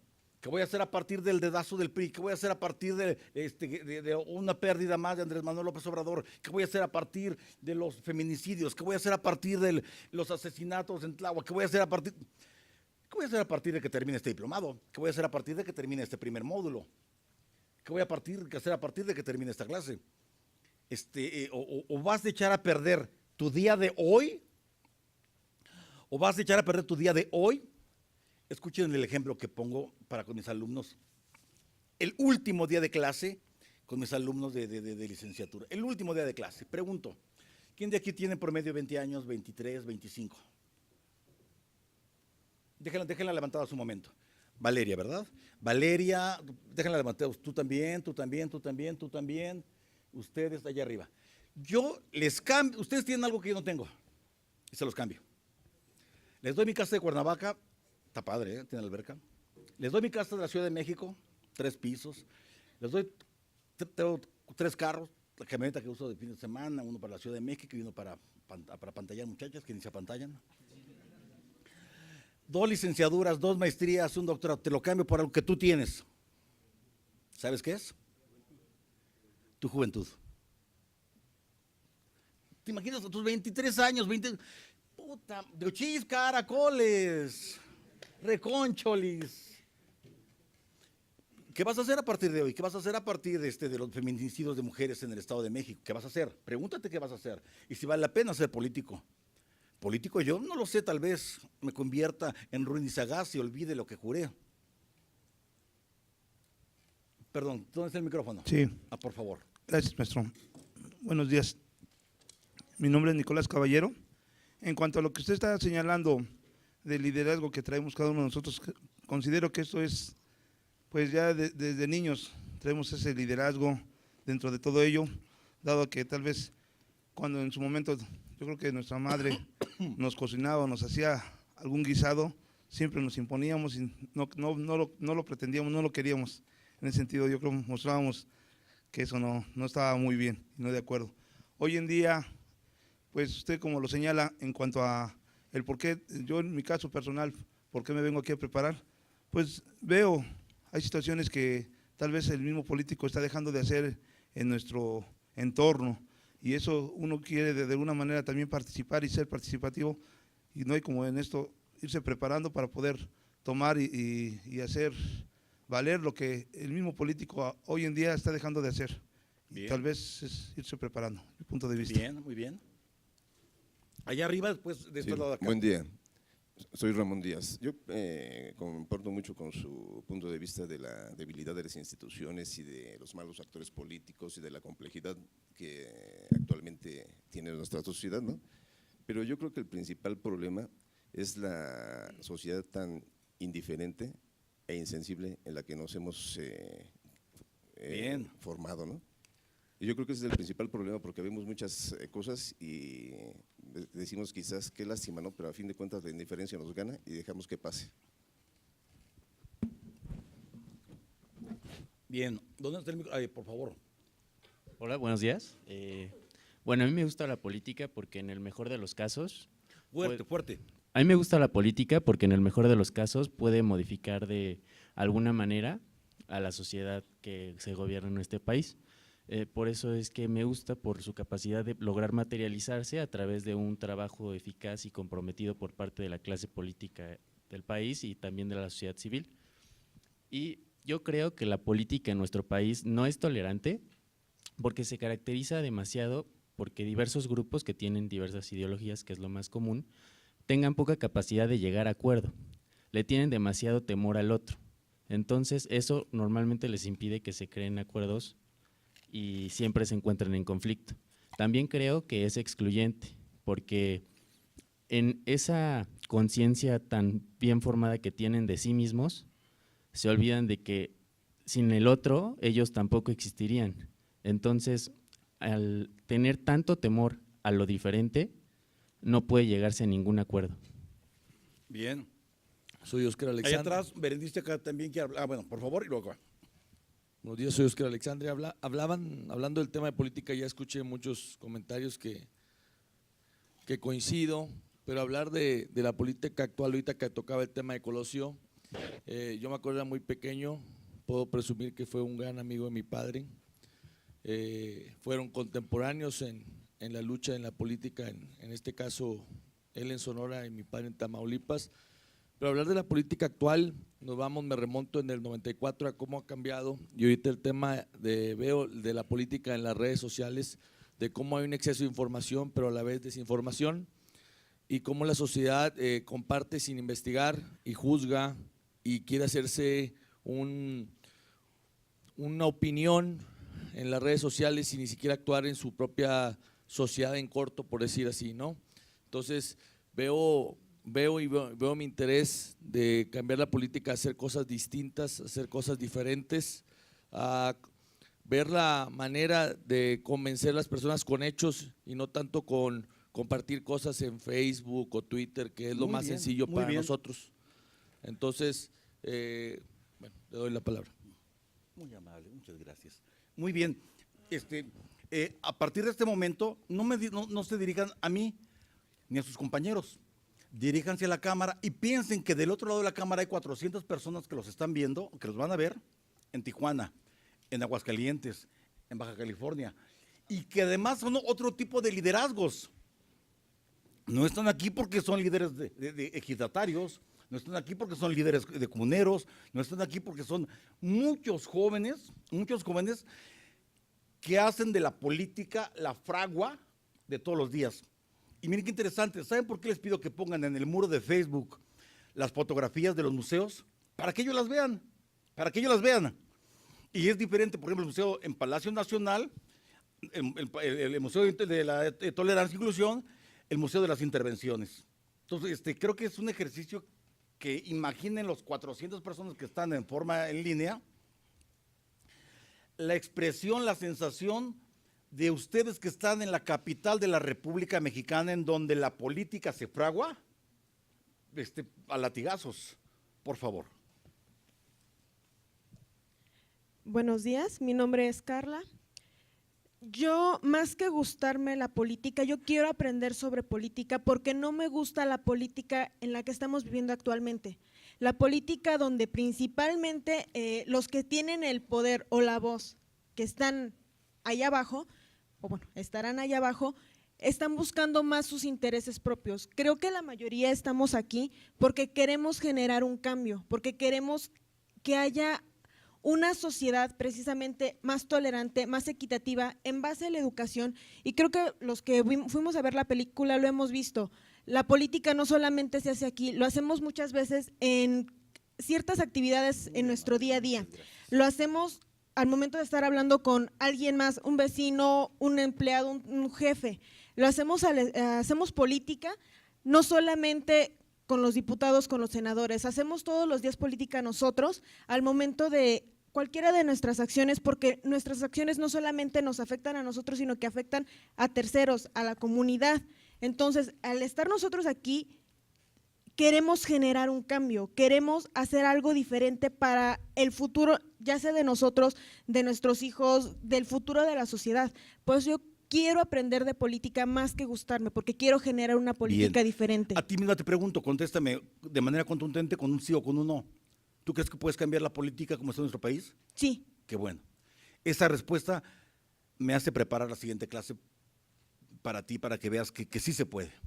Por favor, que el micrófono por acá, que llegue hasta Verónica, que llegue hasta Carla, que llegue hasta Perla, que llegue hasta Valeria, y por allá arriba mientras, por favor.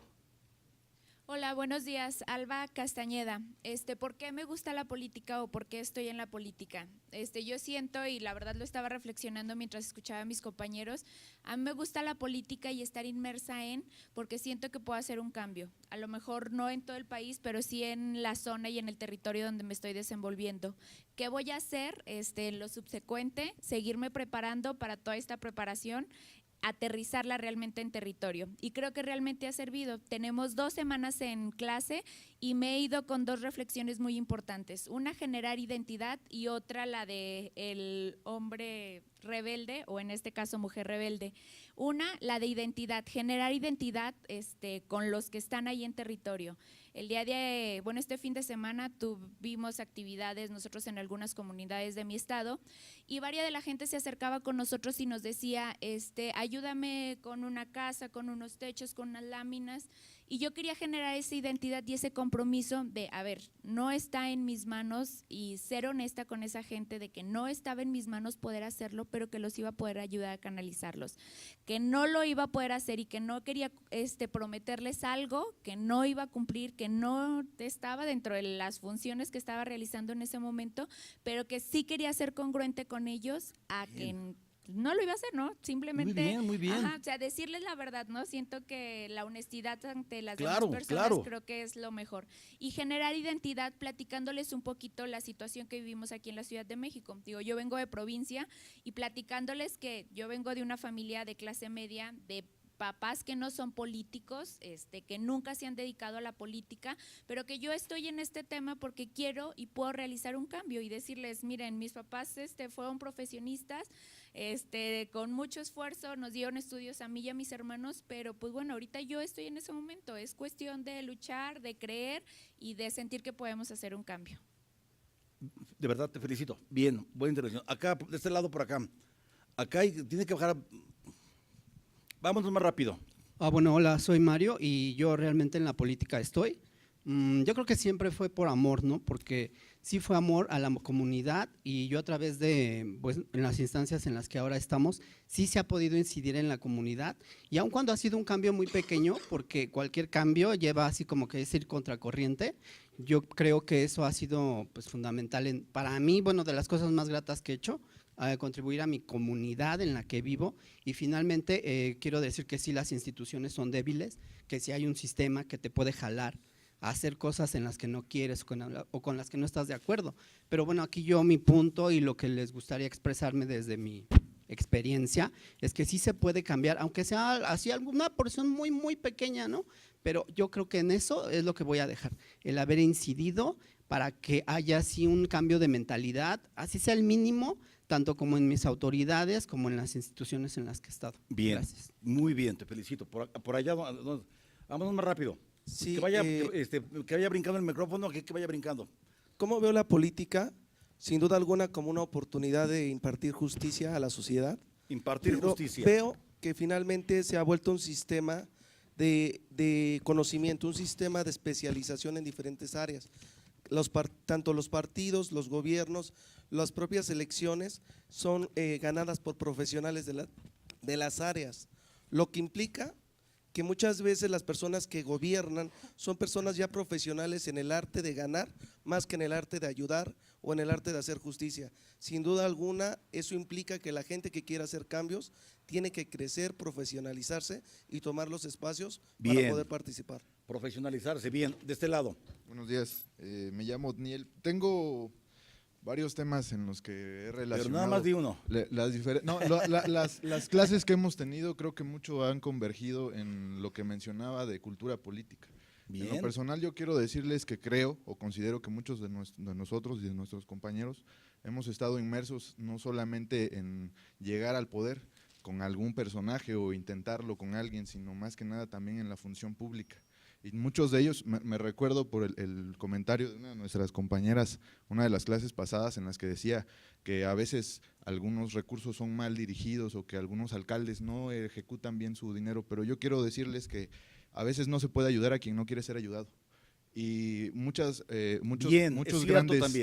los grandes dificultades que nosotros tenemos, en mi caso, yo estoy en este diplomado porque quiero comparar con mis compañeros, porque quiero saber en qué he estado mal, porque en muchas de las a mí me ha tocado ser partícipe de grandes triunfos, pero también de grandes fracasos, y grandes fracasos que se me hacen ilógicos, en los que me da bastante pena haber militado con compañeros que la verdad no vale la pena perder tiempo con ellos.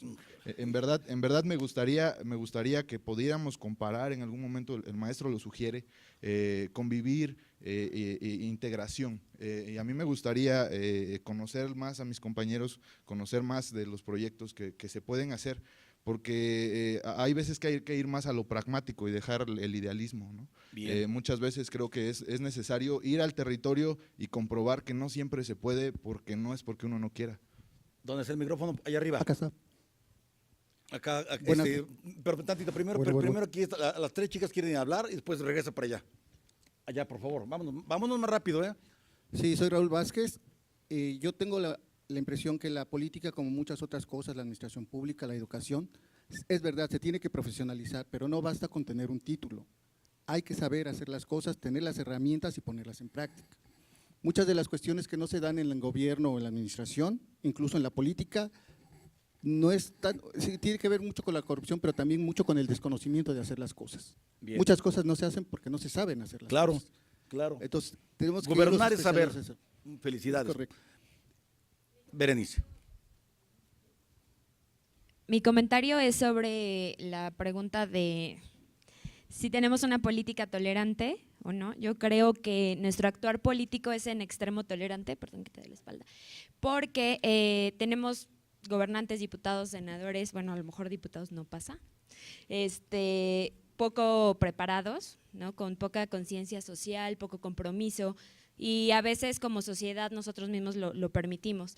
Y también hacer como el comentario de ahora con todo el tema de la inclusión de género y la equidad y todo, por supuesto que estoy en acuerdo sobre la equidad de género, pero ahora se tiene que cumplir una cuota de género para las candidaturas y todo, que tiene que haber igual número de mujeres e igual número de hombres. Yo creo que en este sentido no es como tan conveniente, porque si de pronto tenemos hombres más preparados que mujeres, solo por cumplir una cuota tenemos que meter a las mujeres que están menos preparadas o menos capacitadas o con menos experiencia que los hombres, o al revés, a lo mejor hay más mujeres con mayores capacidades y lo que comenté que los hombres. Entonces creo que en ese sentido la tolerancia es en extremo.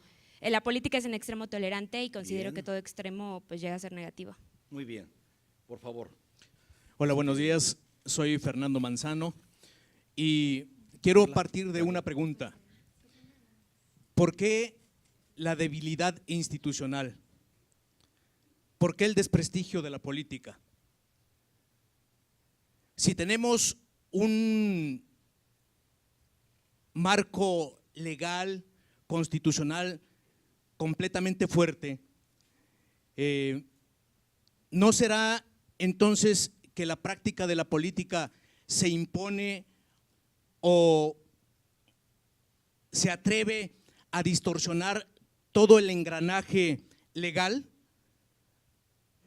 ¿No será porque se ponen por encima los intereses personales, los intereses de grupo, por encima del marco constitucional?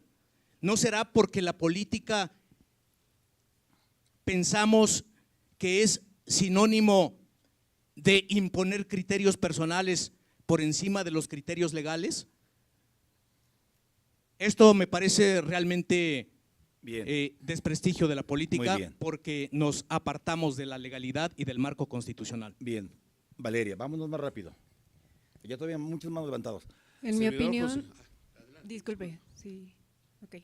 En mi opinión creo que yo estoy interesada en participar en la política porque tengo de primera mano evidentemente las necesidades que existen en la comunidad en donde habito, que es al sur de la Ciudad de México, en donde creo que existe una marcada deficiencia de los servidores públicos, y aquellos que han decidido apartarse de la política están siendo también cómplices de este nivel de administración pública que tenemos. Me llama la atención que muchos consideran que no se tienen por qué inmiscuir en la política, ya que nosotros denominamos o creemos que existe una clase política en el país. Y sin embargo esto no debería de ser así, porque nosotros tenemos también la capacidad de ser representantes y estar del otro lado, ¿no? Ser representados. Entonces creo que todos debemos de tener una brújula en la vida, y si nosotros no tenemos como brújula la esperanza de que las cosas pueden ser mejores, quizá pues no tenemos sentido para estar aquí, ¿no? Como joven he tomado ese reto. Bien. Y creo que necesitamos construir, prepararnos académicamente y también estar en contacto con la gente para poder participar. Bien. Tres más. Dos del lado de allá y dos del lado de acá. Su servidor José Gerardo Patiño. Hay mucha opinión al respecto de varios frentes, pero ¿qué podemos hacer por este México nuestro? Yo creo que lo que tenemos que hacer es la educación a quienes nos vienen por detrás de nosotros. Nosotros quieran que no, pues ya vamos a llegar. Además, hay que estar conscientes que aquí hay una nobleza política, ¿no? Que aunque sea el niño, si su padre es político, va a llegar.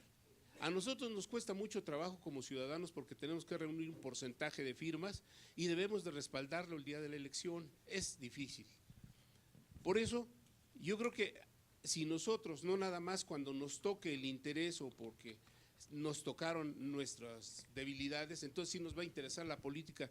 Yo creo que debemos de interesarnos principalmente en lo que somos y hacer nada más lo que tenemos que hacer. Si todo mundo en México hiciera lo que tiene que hacer, México sería otro. Bien. Si el policía fuera vigilante, si el que tira la basura la tirara en su horario y no nos formáramos a la cola y dejando, espéreme un ratito, ahorita regreso. Digo, si hiciéramos realmente lo que queremos hacer, México sería otro. Bien, dos más,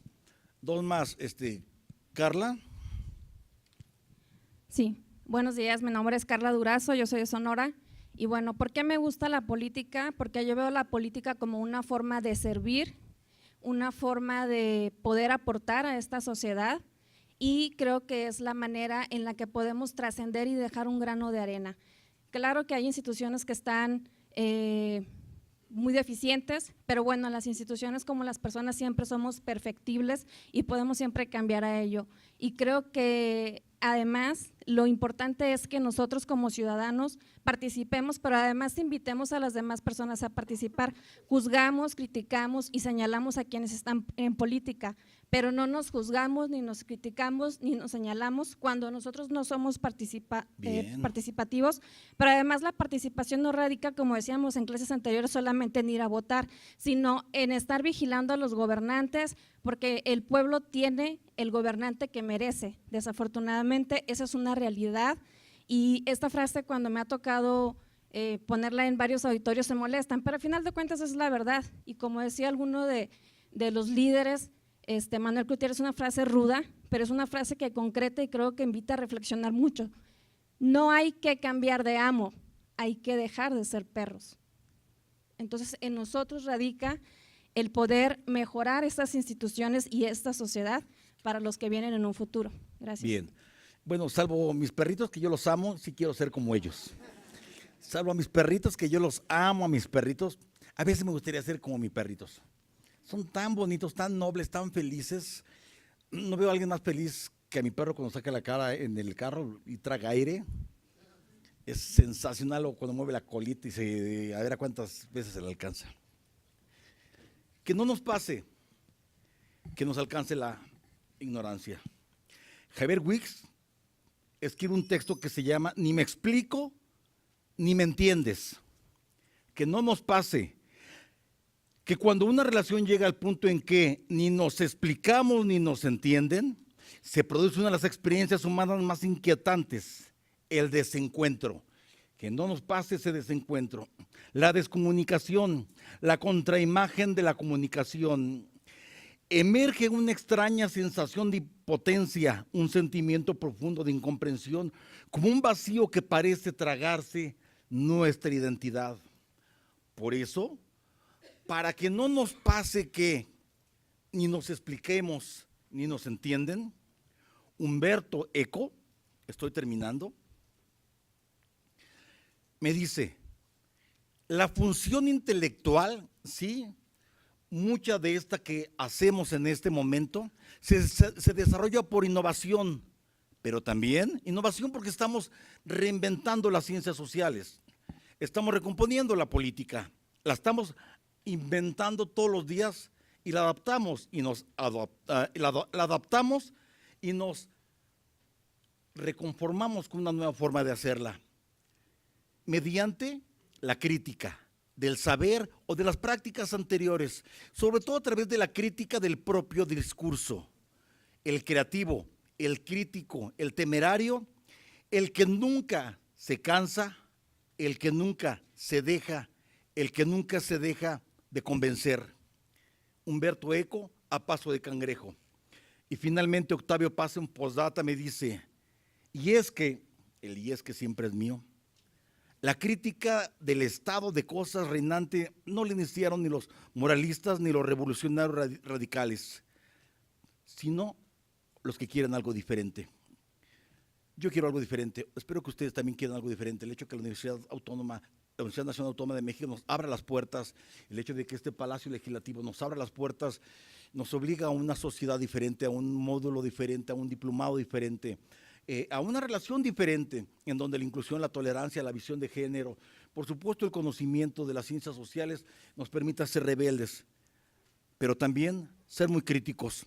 La crítica no ha sido directamente política, aun cuando no hayan rehuido tratar temas políticos en sus obras, sino verbal. El ejercicio de la crítica como exploración del lenguaje y el ejercicio del lenguaje como crítica de toda la realidad.